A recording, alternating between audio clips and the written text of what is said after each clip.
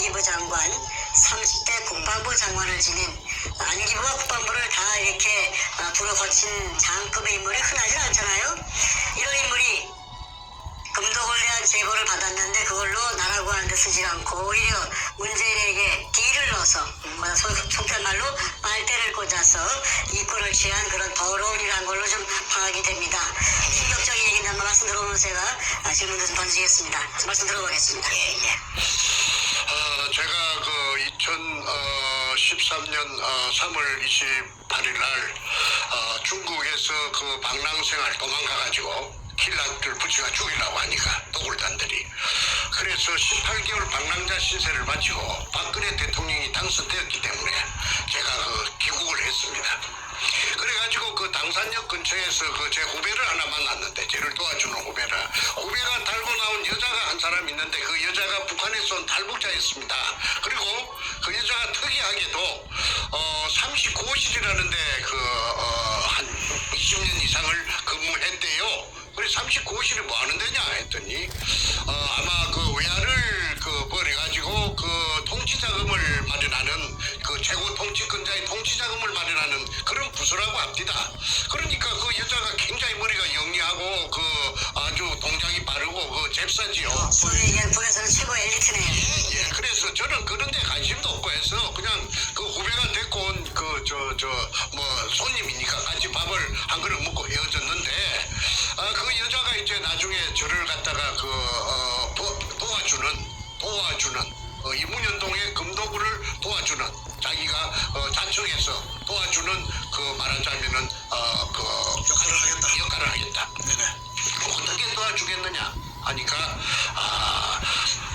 박근혜 대통령에게 알려가지고 이 박근혜 대통령이 아마 모르고 있는 것 같은데 자기가 그 박근혜 대통령 앞으로 자기 이름으로서 등기 우편을 보내가지고 이렇게 국가적으로 이거는 하지 않으면은 이게 우리 2만 3천 탈북자들이 바로 그냥 뭔가 저게 대통령이 되고 나면은 문재인이가 대통령이 되면은 큰 배를 가지고 그냥 다 싣고 그냥 김정은이한테 강제로 갖다가 북송시킬 그런 의미다. 20조를 물론 정옥자 교수 20조를 다 알고 하는 말입니다. 그래서 이제 저를 도와주기로 했습니다. 그러던 어느 날 선생님 장관을 하고 2번씩이나 하고 그 다음에 대단한 사람이 한 사람 있죠. 누군데? 했더니 근영애를 덜미깁니다. 그래서 내가 잘 알지. 내가 그분은 나를 몰라도 나는 그분을 이름을 들었기 때문에 잘 알지. 그런데 왜 그래? 하니까 그분이 우파고 또 박근혜 대통령 편이니까 그분은 믿을 수가 있으니까 그분을 내가 만나게 할 테니까 좀 만나보시겠습니까? 그이야. 그런데 그분은 어떻게 당신이 북한에서 온 사람이 만나게 해줄 수 있느냐 했더니 내가 그분하고는 아주 긴밀한 사이이기 때문에 만나게 해줄 수 있습니다. 그래서 코리아나 어느 날 그때가 2013년 연말 정도 된다고 기억이 납니다. 코리아나 호텔에 커피숍 2층에 올라가는데 그 오른쪽에 은밀한 대화를 나누는 그런 큰 홀이 있어요. 거기서 이제 만났습니다. 근 장관을. 골동희 장관. 예. 자기 부인하고 같이 왔더라고요. 그래서 이제 인사를 하고 나서 그래 내가 듣자니까 부산 문현동에 어뢰 공장이 어떻고 금도굴이 어떻고 하는데 어떻게 된 거요? 저한테 얘기를 좀 해줄 수가 있나요? 그래서 내가 이야기를 하려고 나왔습니다. 해서 한 3시간 동안 얘기를 쭉 했더니 숨도 안 쉬고 숨죽여서 다 듣고 나더니 하는 말이 야 내가 다 듣고 나니까 이제 내 눈앞에 가려졌던 안개처럼 짙은 안개가 눈앞에 짙게 드리워져 있었는데 이제 그 짙은 안개가 싹 없어지고 저 멀리까지 잘 보입니다. 정 작가 이야기를 들으니까 이제 모든 것이 전부 다 이해가 됩니다. 그 모든 것이 무엇입니까? 했더니 내가 21대 국정 안기부 장관을 하고 그 다음에 내가 30대 국방부 장관을 안기부장이 장관 아닌가? 안기부장을 하고. 예, 안기부. 30대 국방부 장관을 해서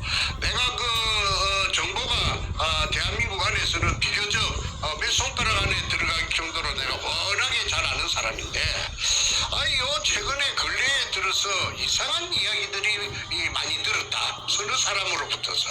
그 얘기가 뭐냐면, 이상한 얘기가 뭐냐면은 그 문재인이라는 그 사람에게 어디서 돈이 났는지, 돈이 엄청난 돈이 그 사람에게 있다고 그런 말들을 한 각각 다른 서너 군데로부터 들었는데 자기가 생각할 때 이해가 되지 않았다. 너무나 액수가 크기 때문에.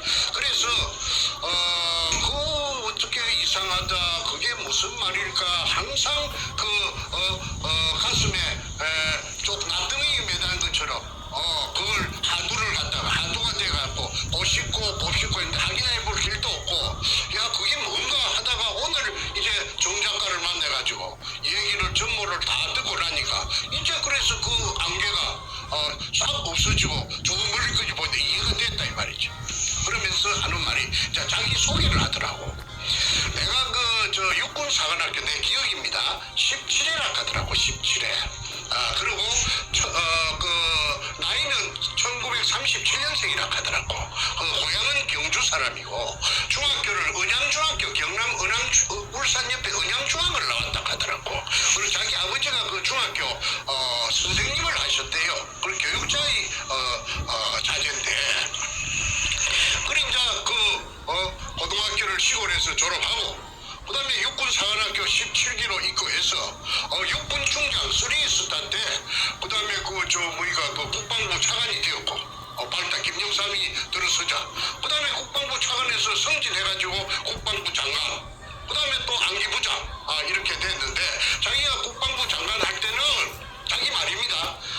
국방부 장관 할 때는 항장엽이라는 그런 북한의 거물을 자기가 안기부장 할 때 그렇다.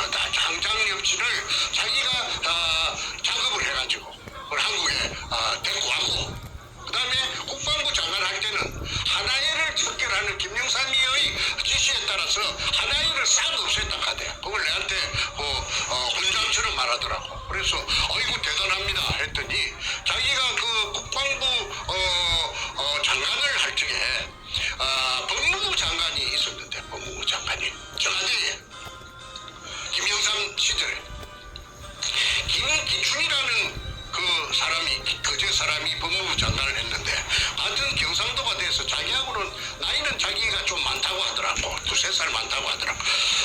참 친하게 지내서 그 농담도 하고 아주 가깝다고. 그런데 그때 김기춘 씨가 말하자면은 그 비서실장을 하고 있었습니다. 박근혜 정권에 청와대 비서실장을 하고 있습니다.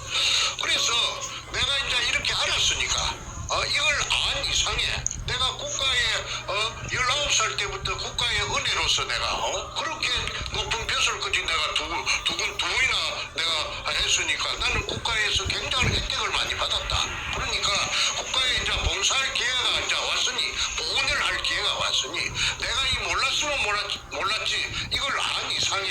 내가 가만히 있으면은 내가 이 사람도 아니다. 그러니까 내가 내 늙은 내 모가지를 국가에서 필요하다 하면 내가 모가지도 내가 내놓을 수가 있는 그런 각오가 돼가 있는데, 이거 내가 알았는데 이 어마어마한 이 커넥션을 내가 안 푼다면은 내가 이 국가에 보훈할 길이 없다. 그러니까 나를 믿어주겠소 하고 묻더라고. 그래, 어떻게 믿어달라는 말입니까 하니까, 내가 언제까지라고는 내가 장담은 못하겠지만은 내가 어째도 이 일을 꼭 해결할 테니까 나를 믿고 내하고 같이 이 문현동 의뢰공장의 진실을 해결하는데 내한테 그 일을 맡겨주기를 바라요. 그거 참 내로서는 물어보나 마나 딱이지 다. 그리고 든든하게 짝이 없는데 그 장관을 2번씩이나 한 사람을 내가 국민학교 내가 선생 출신이 말이야. 만났으니까 그런 분이 자청해서 자기가 해결해 준다니까 내가 그냥 항상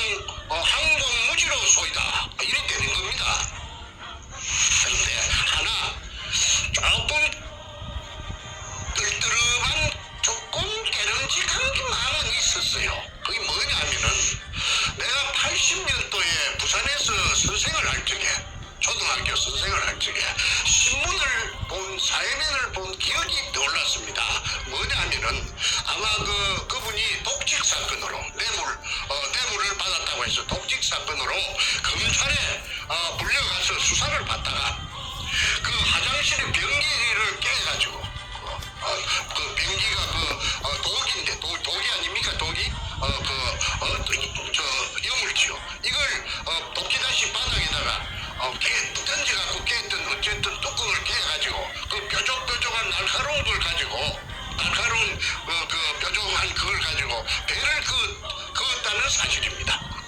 그러면은 그래가지고 이제 병원에 실려가고 소동이 났다는 것을 제가 신문 기사를 통해서 알았습니다. 그때 제가 그때는 느낀 소감이 기억이 났는데, 아이고 수시를 하면은 팍 주시갖고 창자가 좀 티 나오도록 저 외놈들 같이 할복을 하려면은 그래가지고 그 창자가 티 나오고 뭐 죽든지 살든지 그냥 그래 하지. 그 뛰기만 피하만 살짝 금이 가갖고 긁어가지고 피가 나왔다 하는 그걸 나는 일컬었어. 내가 혼자 말로 그 당시에 중얼거리고로 아이고 아야 사건이네. 아야 긁으니까 그 뛰기만 뺏기지 아야 아프지 아야지. 그걸로 하면 좀 주시었든지 내가 그 생각한 게 떠올랐어. 그걸 좀 개그를 했습니다. 그 쇼라고 나는 그 당시에 내가 그 쇼라고 생각했거든요. 오늘이라는 사람의 인격이 뭔가 쇼맨십이 있는. 아니 그래서 그게 또 거의 딱 떠오르더라고. 그래서 야 저 사람 믿어도 되나 싶거든. 어쨌든 간에 내가 뭐 지푸라기 잡는 심정이니까. 그래서 그러면 이제 다음날 또 만나자. 또 며칠 동안 연구부 만났어요. 만나서 내한테 세 가지를 주문하더라고. 세 가지를 조건을 옵션을 세 가지를 걸더라고. 뭐냐면 하나는 첫째 교회에 나오라. 교회는 어느 교회냐 하면은 용산 우체국 뒤에 있는 그 국방부 후문에 있는 국군 중앙교회에 자기가 장로인데 그게 나오는 조건이다. 주일마다 주일에는 마차 나오나 한 번도 빠지면 안 된다. 그러면 11시부터서 예배가 시작되는 그 예배에 이제 나오라. 교회를 왜 나오라는 거야? 나오라 하는 것은 조건은 그래 왜 교회에 쎄고 쎄는데 교회가 제가 일산서부터 그거지 먼 길을 와야 됩니까? 내가 물었더니 거기 나와야 일주일마다 정보를 서로가 진행된 사항에 대해서 정보를 교환할 것이 아니냐. 그 말이 맞지요. 정기적으로 접촉을 하자. 그렇죠. 교회에서. 그렇죠. 네네네. 그래서 그거는 내가 거부할 마음이 없죠. 그거 더 고맙지요. 그래서 내가 나가기로 지키기로 했고 두 번째는 뭐냐 하면은 이 사건 자체가 대한민국을 죽이고 살리고 하는 사건이 될 것 같은데 자기가 번뜩 생각해 볼 적에 이 대한민국을 이걸 갖다 잘못하면 죽이는데 대한민국을 죽으면 안 되니까 살려야 되니까 자기가 이 일에 전력 투구를 해야 되는데 만약에 이 시간 이후에 딴 데 또 발설을 해가지고 2중 3중으로 발설을 해가지고 근무를 친다면은 그 말이 돌아서 자기 귀에 들어오면은 자기는 그 즉시 손을 뗄 것이다.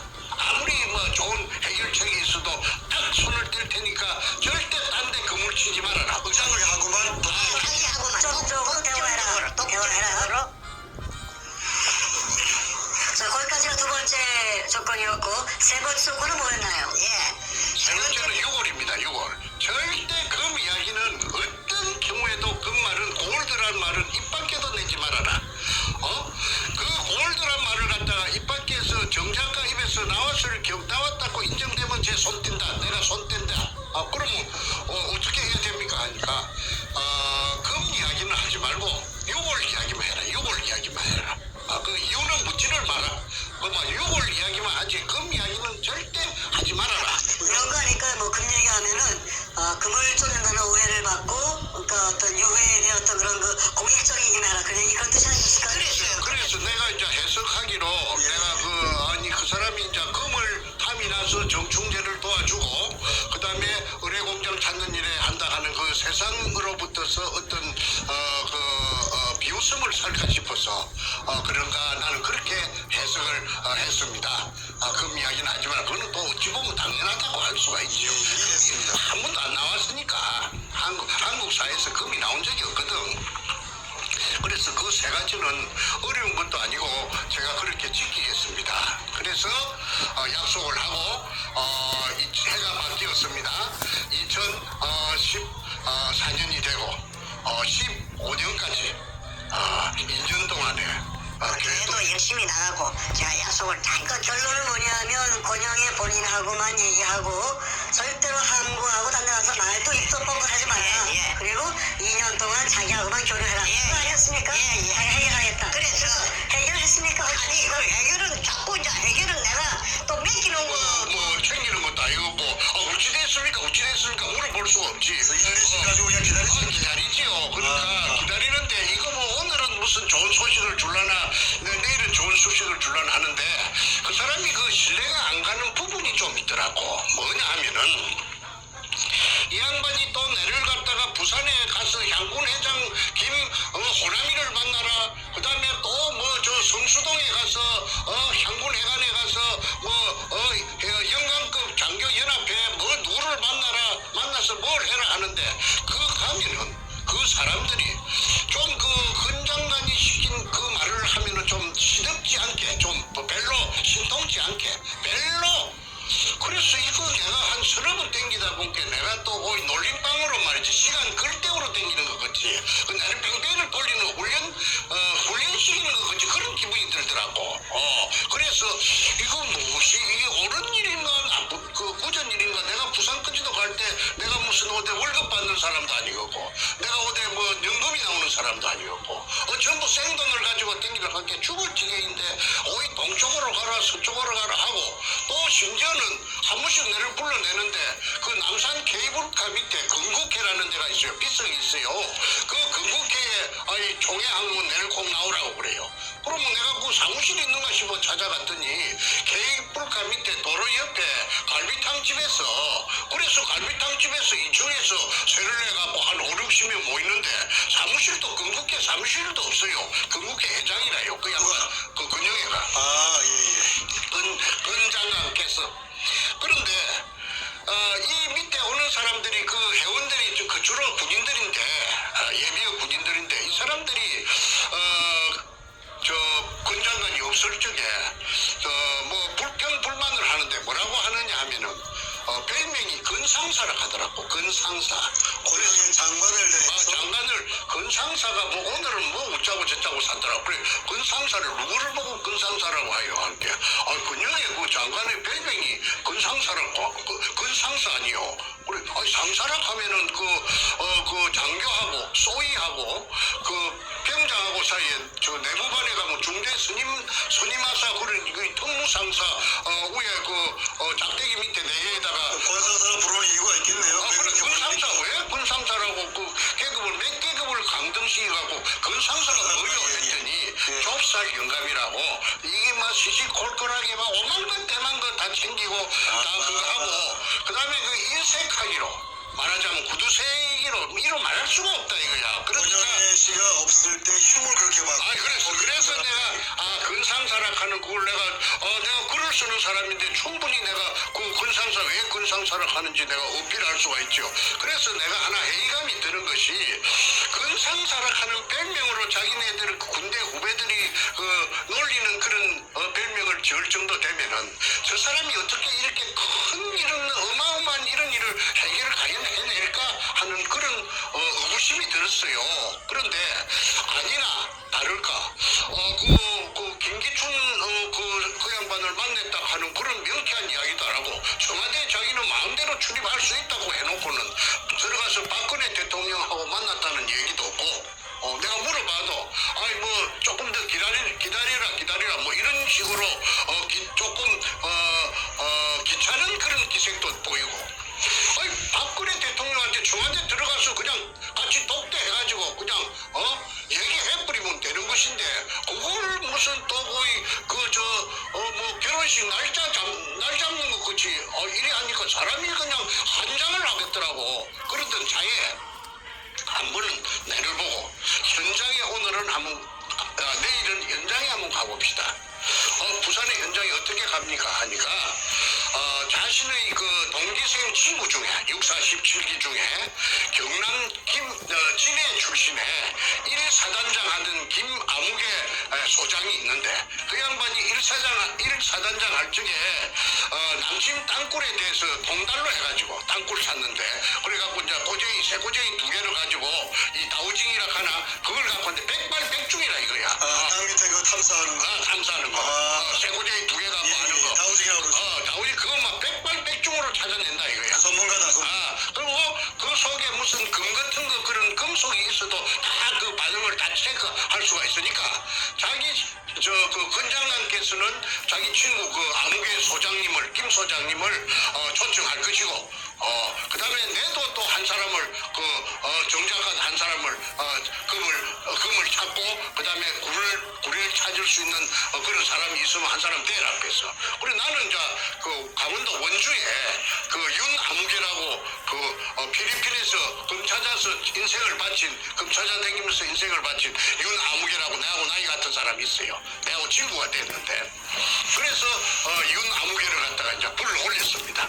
그래서 이 윤아무개는 그 이전에 저 한국은행 지하 금고에 금이 얼마나 있는지 그 미션을 줘가지고 그 체크를 한번 그 측정을 한번 한 적이 있었는데 그 서울에 대해서는 그 사람이 청춘을 갖다가 필리핀에 25년 동안 돌아다녔으니까 서울 소공동 근처는 잘 모릅니다. 그런데 한 30분 만에 찾아내더라고. 그 미덕 신세계 백화점 앞에 그 조형물이 있는 동산근처 조형물이 있는 분수대가 있는데 그 밑이 저 한국은행의 그 금창고라 지하 몇 메다가 그 금창고인데 거기서 금의 양은 지하 몇 메다 그 냉장고를 했는데 지하 몇 메다 지점에 금이 요게 한국은행 그러니까 그게 한국은행 금창고인데 보유금이 한 15톤 정도 체크되네요. 이렇게 하더라고. 그러니까 그때 한국은행에 근무한 적이 있는 그 아주 높은 간부가 한 사람 그 옆에 있었는데 이 항복을 한 적이 있습니다. 어이구 명도네 바로 명도네 어떻게 그렇게 기가 차게 알아맞히느냐. 그래서 내가 이제 그 자료 중에 나무의 그분도 소위 다우징 기술 같은 거에 능통한. 다우징 아니에요. 다우징은 아니고. 다우징 아니고 일본 옛날에 그 왕실에서 그 금을 쇠해놨던 그 창고 속에 금이 가득 들어가 있지 않습니까? 그 금을 갖다가 일일이 떼갖고 무게를 달락하면은 그것만 해도 막 어마어마한 일이기 때문에 금이 양하고 그 금이 그대로 온전하게 있는가를 측정하는 기계가 있대요. 그 왕실에서 내려. 그 기계를 이 사람이 어떻게 벤치마킹을 해가지고 자기가 보완을 해가지고 백발백중이라고 장담을. 지하에 있는 금을 위치와 양을 확인할 수 있는 그런 기술을 가지고 그 기구가 있어요. 자기 검상 시켜보니까 백발백중. 아니 그래서 지금 이제 주요 국가별 금 보유량 2010년 6월달에 나온 통계치가 여기 있는데 이게 보니까 국가의 금 보유량이 한국의 금 보유량을 한국은행 아까 말한 신세계 백화점 밑에 그 분수대 밑에 그게 있다고 했지 않습니까? 그게 있는 게 맞아요. 그런데 그게가 15톤이라고 했는데 여기 찍기가 있는 거는 14.4톤이라고 요 맨 밑에 찍기가 있어요. 정확하게 지키네요, 완전. 바로 그냥 기가 막히는 지경이죠. 제가 화면에 잠깐 보여주겠습니다. 야, 그렇군요. 잠깐. 여기 보시면은, 여기 제목부터 보여드리겠네. 제목에 보면 주요 국가별 금 보유량 해가지고 2010년 6월 자료인데, 미국이 8,000톤 어마어마하게 많고 1등이고, 쭉 내려가서 대한민국이 금 보유량이 56인데 14.4톤으로 공식적으로 통계가 잡혀 있네요. 근데 그분이 말씀하신 15톤 집었으니 정확하게 그래서 의심의 더 이상 그 사람의 실력에 대해서 의심을 할 수 있는 그게 조건이 아무것도 없지요. 그래서 이제 윤을 불러들이셔 가지고 그 군인 출신 그 권영애 씨의 군인 출신 그 다우징 전문가 한 분하고 바로 이 윤아무개하고 두 명을 데리고 현장을 갔다. 됐습니다. 그래서요. 권 장관의 부인성 승합차를 고속도로 버스 전용 차선에 달릴 수 있는 걸 타고 그 부산 현장에 갔습니다. 가서 이제 두 사람이 이제 그 현장에 비가 부슬부슬 오는데 그 육군 소장 권 장관의 친구하고 그다음에 이 원주에서 온 그 윤하고 둘이서 이제 금시초문으로 만났던 것입니다. 그 사람들도 둘 아는 사이가 전혀 없지요. 그런데 둘이가 딱 일치가 되는 것입니다. 여기서 저기까지 약 50m가 되는데 그 지하 몇 메다 지점에 공간 반응이 나오고 그 이제 밑에 공간 반응이 나오는 그게 어마어마한 공간 반응이 나는 그게 의뢰 공장입니다. 그리고 이제 그 동네 일대를 쏘다니다가 이제 특기 사항이 이제 두 사람이 다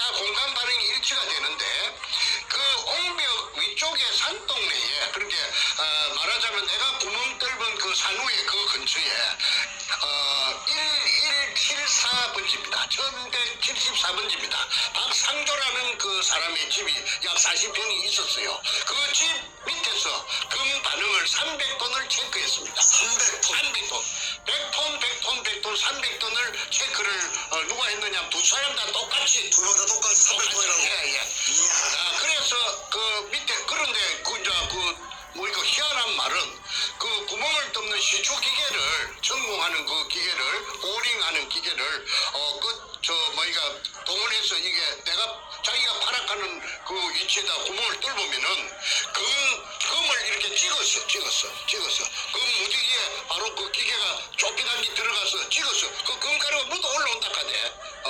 묻어 올리겠다고 자신하는데 그렇게 아까 소장도 일치되고 그다음에 원주에서 온 이 필리핀 이것도 일치가 되고 이러니까 기분이 좋다고 그날 의뢰공장 찾는 것도 확인했고 그다음에 금도 300톤이 나오니까 아까 건상사라고 불리는 그 건장관께서 돌아오는 차속에서 기분이 좋은지 그 봉투를 갖다가 하나서 그 잡아내가고 갈라주더라고. 그게 이제 그 문현동 일대 중에서 한 특정 부분에만 300톤이라는 얘기죠? 그렇죠. 그게 1174번지인데 그게 이제 도굴단이 만든 그 지도 의뢰공장 내부 도면에 보면 금이 있다고 표시가 되어 있습니다. 백준범이가 그 금을 거기가 지하 공장이죠? 지하 1공장. 자, 먼저 다시 정리하죠. 대한민국 국가가 보유한 금이 아까 얘기한 14몇 톤이고 14.4톤. 기껏해야 15톤이 맥시멈인데 약 15톤이라고 했죠. 그렇죠. 문현동 일대 중에서도 거기 특정 주소지 밑에 있는 것만 300톤이 있다고 두 명의 서로 모르는 각각의 전문가가 동시에 확인한 300톤이다. 어마어마합니다. 자, 그다음 얘기가. 그때까지 그게 그게 아마 다 끄잡아낸 게 아니고 금이 양이 많으니까. 그렇죠. 내나 탁종수라는 자가 그 도굴단에 탁종수 있잖아요. 김성태 옆에 앉았던 거, 그 멍청하게 앉아 있는 거, 그게 내한테 월경 기순에 온 적이 있었다고 했죠. 그럴 때 금이 다 끄잡아냈느냐 물어보니까 일부는 끄잡아내고 일부는 더 깊은 곳으로 들어갔다고 말했거든요. 그런데 더 깊은 곳이라 하면은 일단은 거기에 있는 금을 안쪽으로 더 이었다는 것입니다. 그런데 백준영이 만든 의뢰공장 내부 도면에 보면은 거기가 금이 있었다는 표시가 되어 있기 때문에 그게 아마도 처음부터서 300톤은 애놈들이 그게 도망갈 때부터서 그게 있었던 것이 아닌가 그렇게 저는 추정하고 있습니다. 자, 그래서 이제 그 군영을 떨벌라고 혈안이 됐던 것입니다. 그런 때마다 자꾸 동네 주민들이 방해를 하고 이막 온갖 세력들이 방해를 하기 때문에 기계가 떨벌라고 내려갔다가도 서울에서부터 내려갔다가도 님비 현상으로 인해서 밖에서 올라온 헛돈을 많이 썼습니다. 자, 그런데 이제 이 건장관께서 아까 이제 입이 찢어질 듯이 해가지고 그 봉투를 하나씩 주는데 내가 올라와서 내가 찾아본 게 5만 원짜리 2개 들었대. 누구한테 봉투를 줘요? 아이고 건장관이 얼마나 내가 그 봉투 주는 거 처음 봤어요. 그런데 10만 원 들었는데 그건 윤은 얼마 들었는 거 내가 물어보지 않았어요. 왜 그러냐 물어보면 내 자신이 너무나 비참할 것 같아서 내가 자존심도 있고 해서 내가 그냥 입 닫고 말았는데 솔직히 말해서 어디 가작값도 아니고 말이지 5만 원짜리 2장을 갖다가 여줄서 저 사람이 그러기 아주 작구나. 그런데 자기 집에 가보니까 자기 집이 내나 분당에 축전에 있는 현대 아파트 앞에서 현대백화점 축전역 앞에 현대백화점 앞에서 마을버스를 타는데 LIG 아파트라고 기억이 됩니다. LIG 아파트 옆에 자이 아파트 80평에 살더라고. 80평에 그거 늘은데 어떻게 이 집이 운동장 같은 집에 삽니까 하니까 자기가 평생에 책이라든지 무슨 이런 물건 같은 걸 버리기도 아깝고 해서 식구가 며칠 되지 않지만은 이런 넓은 데 아니면 안 된다고 그래서 집은 대걸 같은 집에 살더라고. 잘 사네요 소위 얘기해서. 80평짜리 아파트 살기가 쉽지 않죠. 청소만 하려고 해도 청소하는 전담 요원이 한 사람 있어야 됩니다. 자, 그래서 연금도 나오고 또 장관하면서도 많이 버리실 건데 그렇게 그 항상 그 이제 오라고 해가지고 가면 밥때가 되면은 그 죽전역 앞에 그 현대백화점 뒤에 항소곱반이라고 그 저 갈비탕집이 있어요. 그 불고기도 팔고 불고기는 내가 한 번도 안 얻어먹어봤고 그 저 갈비탕 5,000원짜리 항상 그겁니다. 그래서 막 그거라도 내가 그 나는 5,000원짜리 그런 거는 내가 시들해서 잘 안 사 먹는데 거기서 내가 5,000원짜리를 질리도록 먹은 그 기억이 납니다. 어쨌든 그분을 헐뜯으려고 나온 것이 아니고 항상 사이드로 뺑뺑 돌더라고. 사이드로 문현동 현장에 처음 간 거는 그 한 번밖에 없고 그리고 내가 저 그다음에 이제 그 KB에서 PD 양성모라고 기억이 됩니다. 키가 좀 후리하이 큰 길.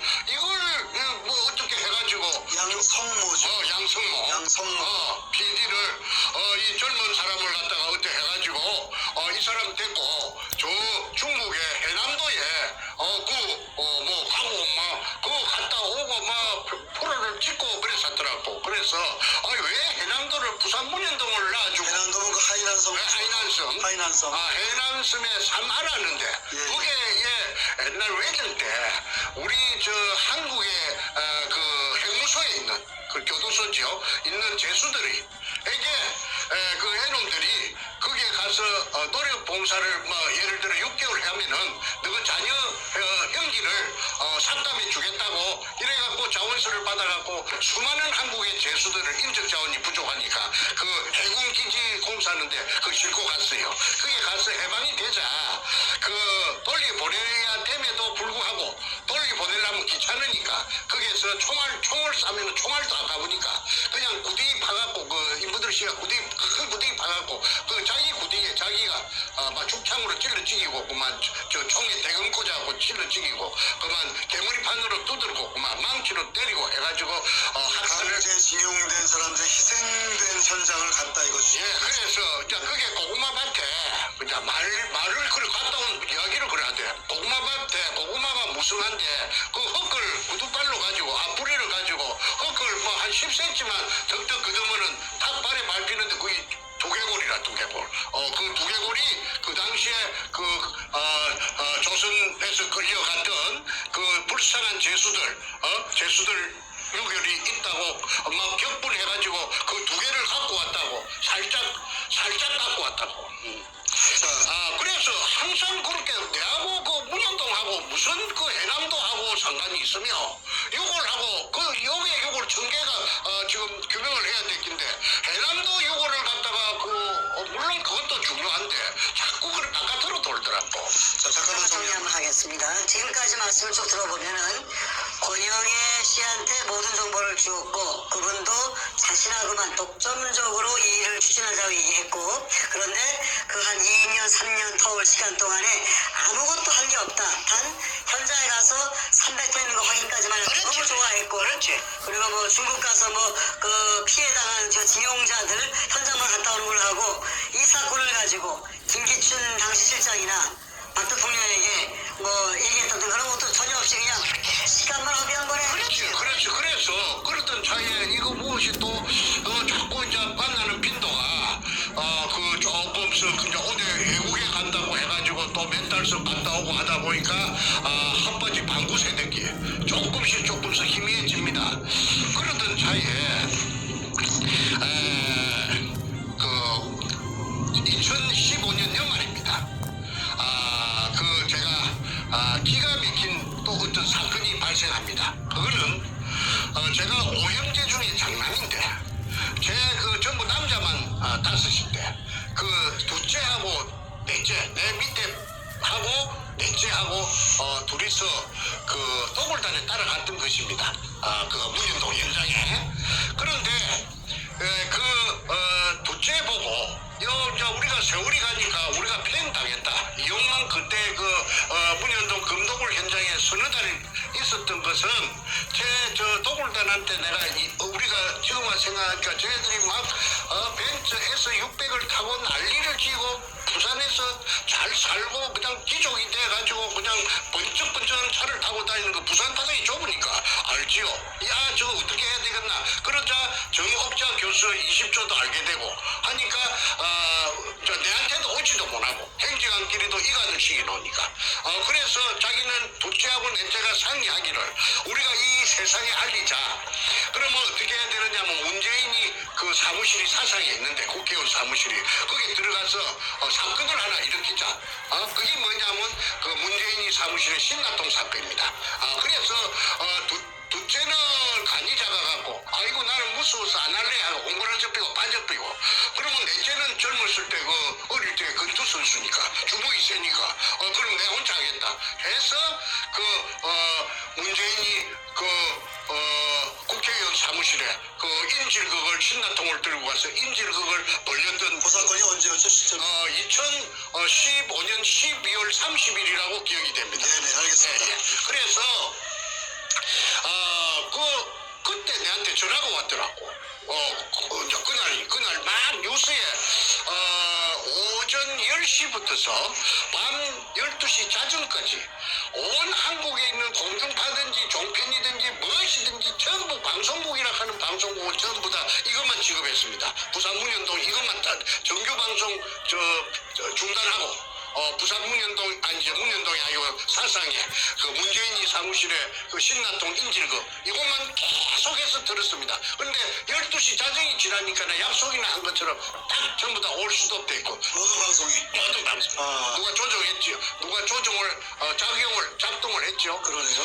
그래서 이제 그래서 그나마 그래도 사건이 벌어진 10시부터서 자정까지 14시간 동안 도배를 하듯이 온 한국에 모욕을 하듯이 했기 때문에 세상이 그때 문현동 금도굴이 최초로 알려지게 된 것입니다. 알겠습니다. 사람들이 믿든지 말든지 그거는 뭐 안 믿든지 간에 최초로 알려진 겁니다. 자, 그때 내한테 뜻밖의 전화를 했더라고.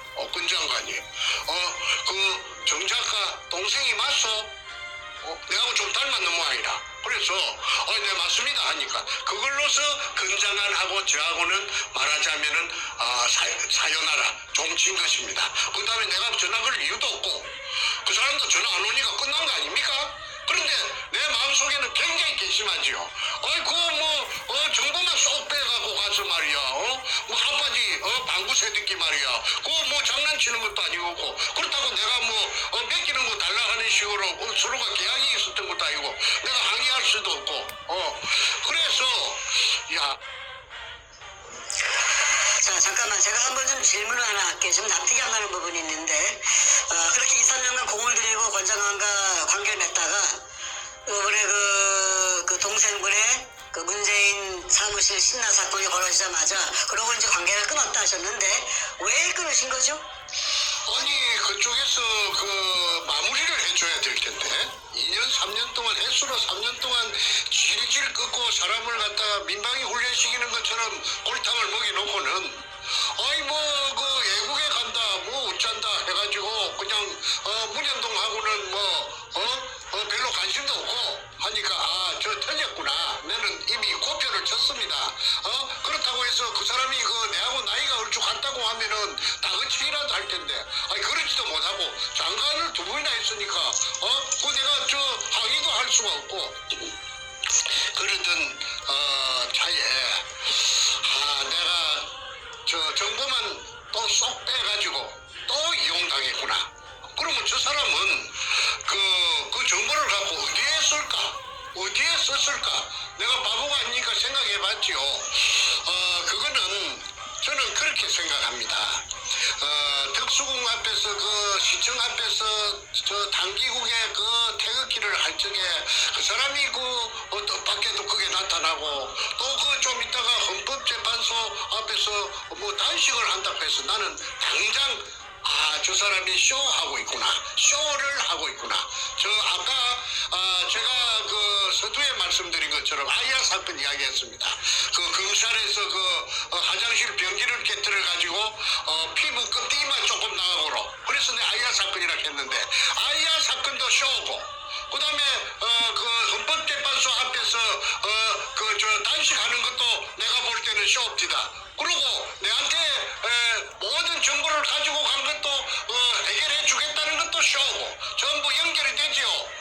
그러면 그 사람이 정보를 빼갖고 어디에 썼을까를 내가 맨날 며칠로 두고 내가 연구를 해본 결과가 내가 그 뽑은 답안을 하나 찾아냈어요. 그거는 그 사람이 그 태극기 우파라고 말이지 온 국민들이 알아볼 수 있도록 그렇게 쇼를 하면서 뒷전에 그 문현동을 갖다가 2년 반, 3년 동안을 갖다가 그 횟수로 3년 동안 속속 깊이 전부 다 빼가지고 그게 아까 문현동 1174 1번지 그 박상조 집 밑에서 금 300돈이 있다 가는 것까지도 아는 사람이.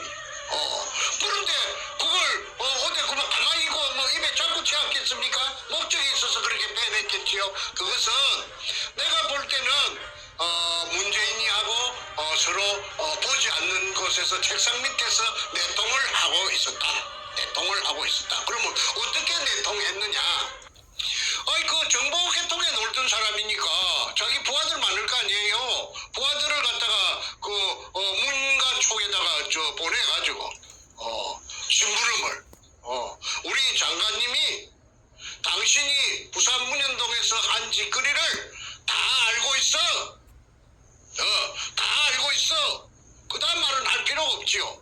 다 알고 있어. 그 다음 말은 생략인데 점점점인데 그걸 굳이 표현을 한다면은 점점점을 지우고 표현을 한다면은 너 죽을래? 죽어볼래? 하는 말하고 같다고 봅니다. 너 죽어볼래? 너가 한 일을 다 알고 있는데 너 내가 이거 터뜨리면 너 죽어? 그 말하고 같겠다고 보겠지요. 그러면은 저쪽에서는 맹색이 육군사관학교를 나와가지고 국방부 장관도 하고 그 다음에 그 일국의 정보를 전부 다루는 안기부장을 하고 그런 무시무시한 사람이 너 죽어볼래? 하면은 이거 폭로하면 큰일 나겠구나. 그 다음에 어떻게 해야 되겠다. 이거는 제 입으로 차마 말하기가 난처해서 제가 생략할 테니까 이 방송을 보시는 유튜브를 보시는 국민 여러분께서 그 나머지를 그 빈 공간을 채워주시기를 바랍니다. 너 죽을래? 내가 너 한 일을 다 알고 있어. 그 다음에는 그쪽에서 금도둑놈이 그 다음에 그 금도둑놈이 할 문재인이 그 청와대를 강제 찬탈해갖고 점거하고 있는 주식회사 금처리 주식회사 동물금 처리 주식회사 대표이사 문재인이가 할 행동은 입을 막아야 될 거 아니에요. 입을 벌리겠다 하는데 죽이겠다 하는데 그럼 입을 뭘 갖고 막겠습니까? 떡을 갖다가 발라야 될 거 아니에요. 떡을 찹쌀떡을 하나 갖다가 입 안에 물려놔야 될 거 아닙니까? 그래서 그 찹쌀떡이 뭔가는 여러분들이 방송 들으시는 분들께서 국민이니까 판단하시고 그 다음에 제가 그 헌법재판소 앞에서 내가 전부 다 나를 찾아보시오. 내가 이 나이가 이리 노구해도 내가 국가와 민족을 이렇게 사랑하기 때문에 내가 이렇게 죽을 수도 있는 단식을 이렇게 하고 있지 않소. 그 쇼고 그 다음에 그 문현동에 대해서 박사학위 논문을 쓸 정도로 전부 다 알맹이를 쏙 빼갖고 갔으면 그걸 갖다가 왜 태극기 집회 때 안 떠들었나 이 말이야. 그걸 떠들었으면은 그때 이 나라가 말이야 바로 잡히고 박근혜 대통령 감옥에 가지도 않고 말이야. 이 나라가 바로 뭔가 그때 정체가 드러났기 때문에 작살날 뿐일 거 아니야 말이야. 그 다음에 그 청와대 주사파들이 정리하지도 못하고 전부 다 맞아 죽었을 거 아니냐 이 말이야. 그런데 그때 입 쳐닫고 말이야. 그 다음에 쇼만 하고 말이야. 그래서 내가 쇼라고 하는 거라. 쇼의 달인이라고 지난 6월 12일 날 2018년 6월 12일 날 미국에 오기 직전에 그 인천공항에서 시간이 좀 남았어. 그 먹어서 안부를 찍었어요. 뭐라고 찍었느냐면 종교 깡패라고 찍었어요. 종교 깡패라고 근영에 그다음에 또 하나 더 있어요. 경실련 만든 그 진짜 야가 빠진 깡패 그거 있죠. 그 인상도 고약한 거 서경석이라는 그자는 이 방송을 하니까 그 고작 내한테 항의한다는 것이 뻥이야 하고 SNS에다가 내가 방송한 것이 뻥이라고 그러대. 자, 그런데 6월 15일 종교 깡패라고 내가 근영회를 1차 내가 그 정체를 내가 폭로하니까 그 이후에 이 사람도 창피한 건 알았는지 그 이후에 공식 석상에 보이지를 않는 거야. 그거는 뭘 의미하느냐? 그 자기의 그 가장 지부를 정충계가 어디 그 책을 쓰는 사람인데 무시무시한 책만 썼는데 그 내가 그걸 내겠어? 그러니까 이 분께서도 내가 지금도 늦지 않았으니까 지금이라도 자신이 내가 오해를 하고 있다면은 저 공식적인 그 매체에 나타나서 유튜브도 좋다고 나타나서 그 문현동 그때 취득한 정보를 내가 그 문가한테 공갈로 쳐서 좀 빼먹었다. 국민 앞에 석고 대지하기를 내가 간절히 바라고 그 다음에 나는 가짜 태극기였다. 공개를 하는 것이 위장한 가짜 태극기였다. 그리고 반문연대고 나는 글로벌리스트다. 한국의 국정원장들은 거의 다 글로벌리스트라 하대. 이걸로서 오늘 방송 제 할 말은 다 했습니다. 나머지는 세월이 가면은 그 아까 찹쌀떡을 먹었는지 찹쌀먼지를 먹었는지 혼떡을 먹었는지 나타날 겁니다. 오늘 메시지의 제목이 다시 한번 상기시켜드리면 금독을 정보로 문재인에게 빨대를 꽂은 권영애의 더러운 정체입니다. 제목에 모든 것이 다 담겨있고 지금 장 씨가 말씀하시면서 모든 내용이 다 공개가 됐는데 우리가 알고 있는 권영애는 옛날 안기부장 권영애도 있고 국방부장 권영애도 있지만 가장 최근 2년 동안에는 탄기국의 권영애로 많이 알려져 있었고 아까 말씀하신 대로 탄기국 그 끝단에 마무리될 때쯤에 아주 그 명예롭게 퇴장하는 그런 신용을 하면서 소위 단식 쇼를 벌였습니다. 뭣도 모르 아무 영문을 모르는 대부분의 태극기 국민들은 야 권영애 장군이 저렇게 애국자구나 라고 이제 오해를 하게끔 아주 멋들어진 연극을 한 사람인데 오늘 말씀 들어보니까 그 모든 것이 정말 쇼의 극치였습니다. 옛날에 우리 정선생님께서 조원진에게 이걸 제보하셨었고 또 홍준표에게 리어의 의원 통해서 제보했지만 조원진도 홍준표도 입 딱 다물고 아무것도 안 했습니다. 자기 말로는 문재인 끌어내리고 대한민국 정상화시키는 보수 태극기에 앞장선 그 리더라고 그러면서 조원진도 홍준표도 입을 다물었습니다. 권영애는 설상가상으로 모든 정보 다 뽑아가고 시간 2, 3년간 낭비시키게 만들고 그러고 나서 연이어서 지난 2년 동안에 이 사태 동안에 탄기국에 으르르 행세하면서 입 딱 다물고 정세의 말씀대로 문재인 향해서는 한마디도 안 했습니다. 정말로 육두문자 튀어나오는 인간입니다. 자신의 진심이 있다면은 그것서 문현동 금독을 떠들었으면은 내가 그 사람을 정체를 갖다가 이렇게 그 나이 연세도 많으신데 내가 공격할 이유가 없죠. 싹 빼갖고 와서 자기 장사해버리는 거야. 자기 이속만 챙기는 거야. 참 현실입니다. 가슴이 먹먹해집니다. 이 사건을 다루면서 저희가